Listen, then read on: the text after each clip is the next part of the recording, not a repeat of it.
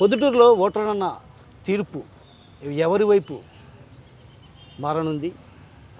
అసలు టీడీపీ అభ్యర్థి వరదరాజ రెడ్డికి విజయ అవకాశాలు ఎలా ఉన్నాయి అన్నటువంటి అంశం ఆయన్ని అడిగి తెలుసుకునే ప్రయత్నం చేద్దాం. అదే ముందుగా మీకు నమస్కారం. మీ విజయ అవకాశాలు ఎలా ఉన్నాయి? మా విజయ అవకాశాలు చాలా మెరుగ్గా ఉన్నాయి. పొద్దుటూరులో తెలుగుదేశం పార్టీ అభ్యర్థిగా నేను గెలవబోతున్నా. అనుకూలించే అంశాలు ఏంటి? ఏదైతే జగన్మోహన్ రెడ్డి చెప్పిన మాటలు ఏంటంటే, నేను చేసినటువంటి ఏవైతే నవరత్నాలు నేను చేసిన మేలు ఉంటే నాకు ఓటు ఏమైనా ఆయన అడిగారు. ఆయన పర్టికులర్గా ఎజెండా కానీ ఏం కానీ చెప్పాల. ఇప్పుడు జగన్మోహన్ రెడ్డి గారు చేసిన నవరత్నాలు అనేది 2019లో ఎప్పటి నుంచో జరిగిపోతున్నాయి. ఆయన ప్రజలకు నవరత్నాల ద్వారా ఎంత ఇచ్చినప్పటికీ అంత రెండంతలు కరెంటు ఛార్జీలు కానీ, బస్సు ఛార్జీలు కానీ, చెత్త పన్ను కానీ వీటన్నిటి ద్వారా అంత రెండంతలు. ఇప్పుడు ₹1,00,000 కుటుంబానికి ఇస్తే ₹2,00,000 ఆ కుటుంబం నుంచి పన్నుల ద్వారా ప్రభుత్వానికి పోతూ ఉంది. కాబట్టి ఆయన ఇచ్చిన దానికంటే ఎక్కువ రెట్టింపు ప్రభుత్వం వాళ్ళ బెనిఫిషరీస్ దగ్గర వసూలు చేస్తా అనేటప్పుడు ఆయన ఇచ్చిన పథకాలకు ఇప్పుడు ప్రస్తుతం విలువ లేదు. అంటే ఓటింగ్ శాతం పెరిగింది, అందులో మహిళా ఓటర్లు కూడా ప్రధానంగా ఎక్కువగా ఓట్లు వేసినటువంటి పరిస్థితి. మహిళా ఓట్లు ప్రధానంగా జగన్ వైపే ఉన్నాయన్నటువంటి బలమైనటువంటి వాదనలు వినిపిస్తున్నాయి. ఎలా చూడొచ్చు? అదేం లేదు. ఇప్పుడు మా ఎన్నికల మేనిఫెస్టో, మా సూపర్ 6 మేనిఫెస్టో అద్భుతంగా ఉంది. వాటన్నిటి ద్వారా ప్రజలు ఉచిత బస్సులు, 3 సిలిండర్లు, ఇంటికి ప్రతి మహిళకు 15,000, చదువుకునే అభ్యర్థికి సంవత్సరానికి 15,000, బస్సు ఫ్రీ, చదువుకునే వాళ్ళ ఇంట్లో ఎవరైనా ఉంటే నెలకు ₹3,000. ఇవన్నీ సూపర్ 6 అనేది అద్భుతమైన మేనిఫెస్టో. ఈ మేనిఫెస్టోకు ప్రజలందరూ దీనిని మెచ్చుకున్నారు. ఇంత మేనిఫెస్టో మనకు మహిళలకు ప్రత్యేకించి సిలిండర్ అంటే పెద్ద ఆశ. బస్సులో ఉచిత ప్రయాణం, ఎక్కడైనా టెంపుల్స్కు దేవాలయాలకు పోవాలంటే కూడా బస్సులో ఉచిత ప్రయాణం, ఇవన్నీ కూడా వీటన్నిటి మీద మహిళలందరూ కూడా నెలకు 1,500, ప్రతి ఒక్కటి మహిళలకి సంబంధించిన మేనిఫెస్టో, సూపర్ 6 మేనిఫెస్టో. ఈ మేనిఫెస్టో మీద బాగా ఆకర్షితులైనారు మహిళలందరూ కూడా.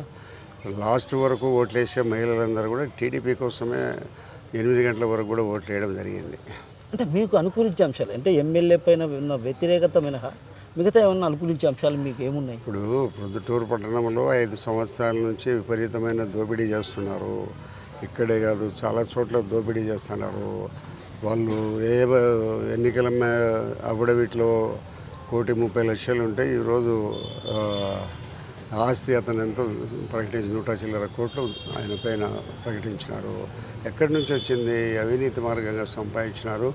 ప్రజలకు ఈ అవినీతి మార్గం ద్వారా సంపాదించే దాంట్లో ప్రజలకు కూడా నష్టం జరిగింది. భూములు తీసుకోవడం కానీ, వాళ్ళ దగ్గర పంచాయతీల్లో డబ్బులు తీసుకోవడం కానీ, తీసుకునే డబ్బు ఇవ్వకుండా ఉండడం కానీ, వీటన్నిటి వల్ల ప్రజలు బాగా నష్టపోయినారు. కాబట్టి ఈ ఎమ్మెల్యే గారి మీద వ్యతిరేకత కూడా మాకు ఉపయోగపడింది.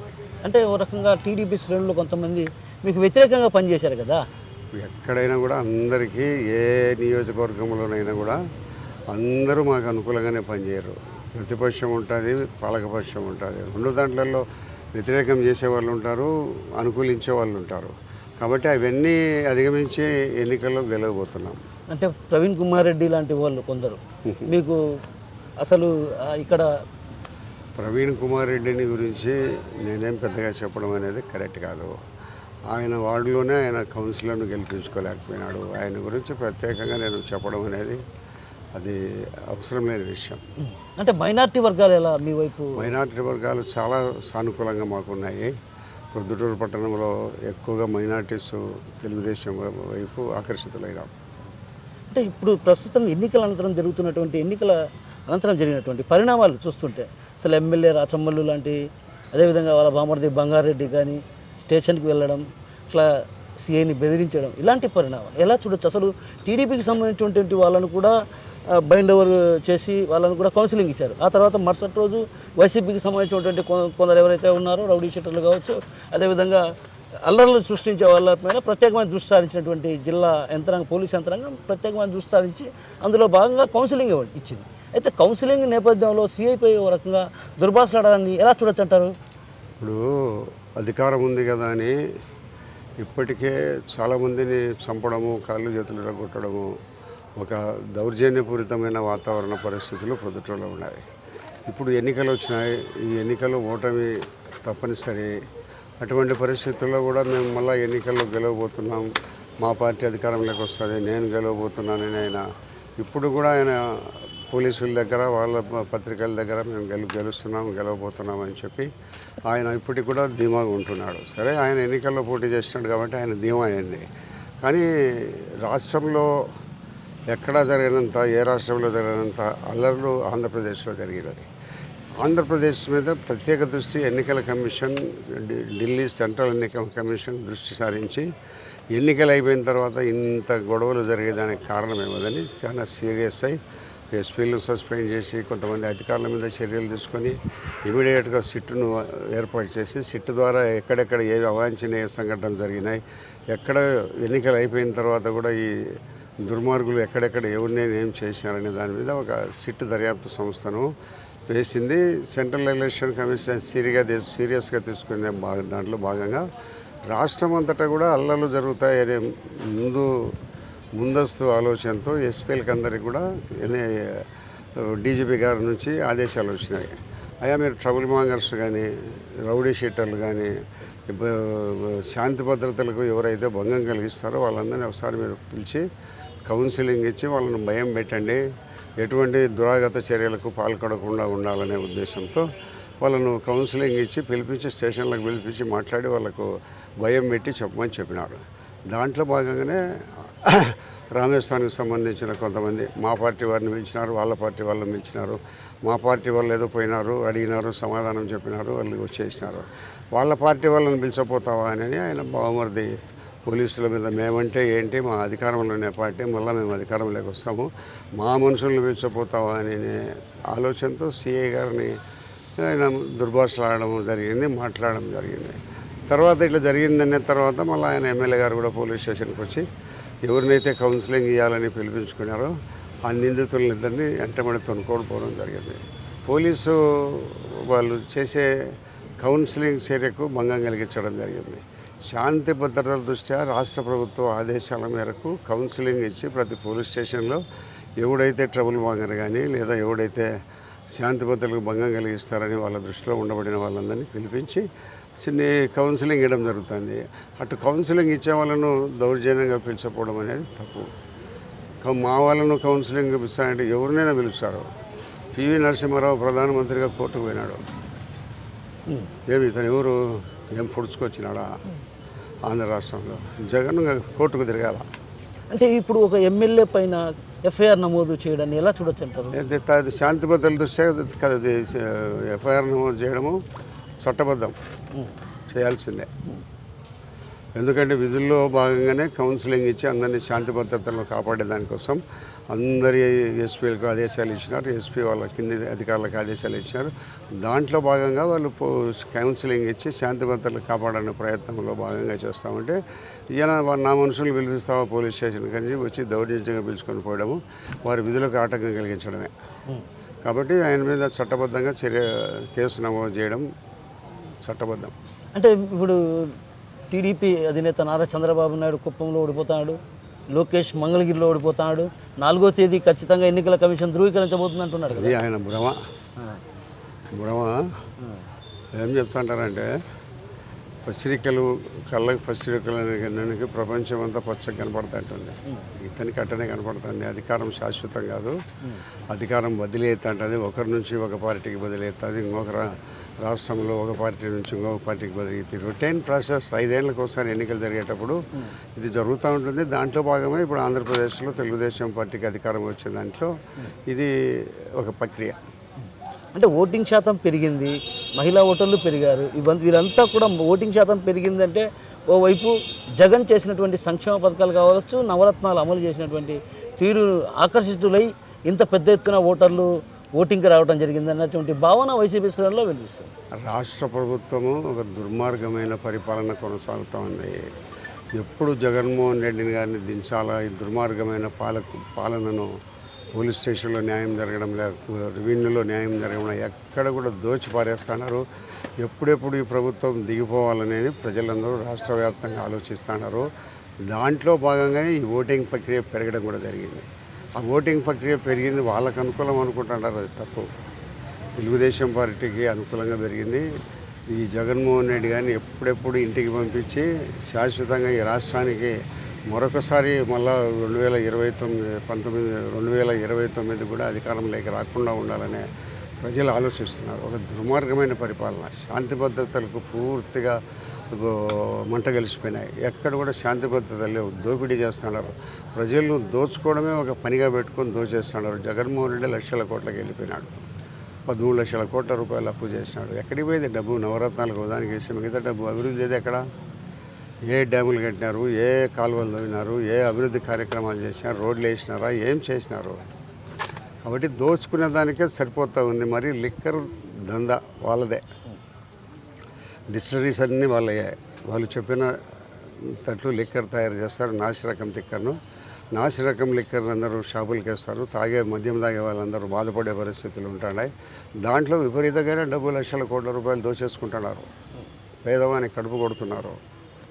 మన పేదవాని ఆరోగ్యాన్ని కూడా లెక్క చేయకుండా వాళ్ళు నాసిరకం లిక్కర్ చేస్తే మనకు ఏదో డబ్బులు వస్తే చాలు, వాడి పేదవాడు తాగేవాడు ఎట్లా పోతే ఏమీ వాని ఆరోగ్యంతో మనకేమైనా పరిస్థితుల్లో ఉన్నారు. ఈ లిక్కర్ కంపెనీలన్నీ వాళ్ళయే.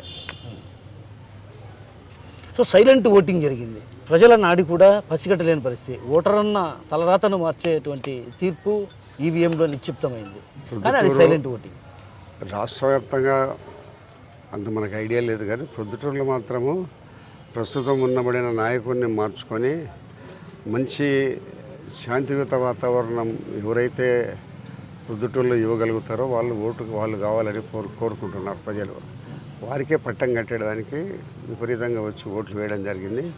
తప్పనిసరిగా ప్రొద్దుటూరులో తెలుగుదేశం పార్టీ గెలవడం తథ్యం. అంటే ఎక్కువ మంది ఓటర్లు మిమ్మల్ని ఆకర్షితులు కావడానికి కారణాలు ఏంటి? ఇప్పుడు నేను 40 సంవత్సరాలు రాజకీయ జీవితంలో ఉన్నా. ఎప్పుడు కూడా ప్రజలకు నిరంతరం అందుబాటులో ఉంటా. ప్రజల యొక్క సమస్యలను వింటా, వాటిని పరిష్కరిస్తా. ఎక్కడ అవాంఛనీయ సంఘటనలు కానీ, ఎవరు ఒకరి మీద ఒకరు దౌర్జన్యం చేయడం కానీ, ఒకరి ఆస్తులు ఒకరు దోచుకోవడం కానీ, డిపార్ట్మెంట్లో పోలీస్ అధికారులు కానీ, రెవెన్యూ డిపార్ట్మెంట్ కానీ, ఇంకా ఏ అధికారులైనా కూడా అవినీతి అధికారులను సహించాను.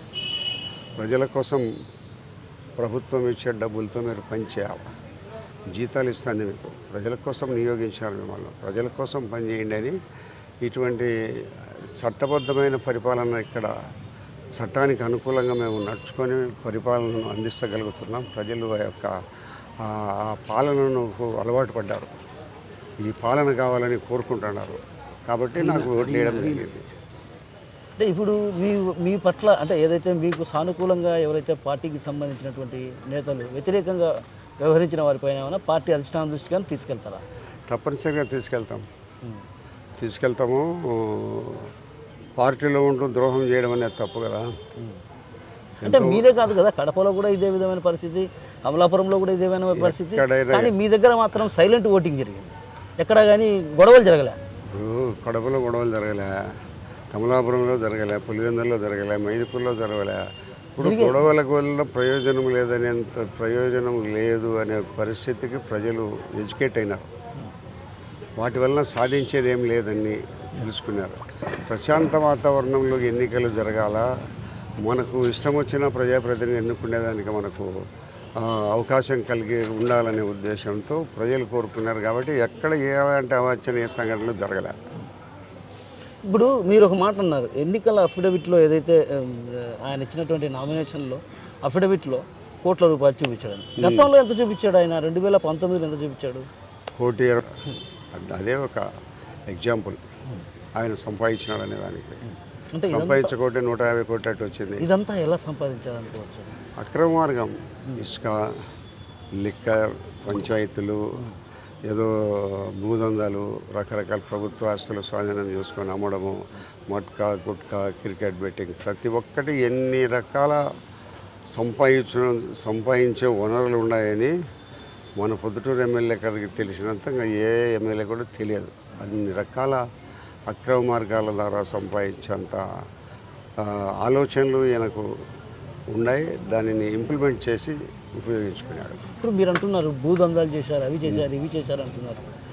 రానున్న రోజుల్లో మీరు ఎమ్మెల్యేగా ఎన్నికైన తర్వాత మీ పార్టీ ప్రభుత్వం ఏర్పాటైతే తగిన వీటిపైన చర్యలు తీసుకునే అవకాశం తప్పనిసరిగా ఒక రిటైర్డ్ జడ్జితో విచారణ చేయించి, ఒక రిటైర్ ఒక ఉన్నతమైన పోలీస్ అధికారితో విచారణ చేయించి తప్పనిసరిగా అవన్నీ బయటికి తీసి ప్రజాకోర్టులో నిలబెడతాం.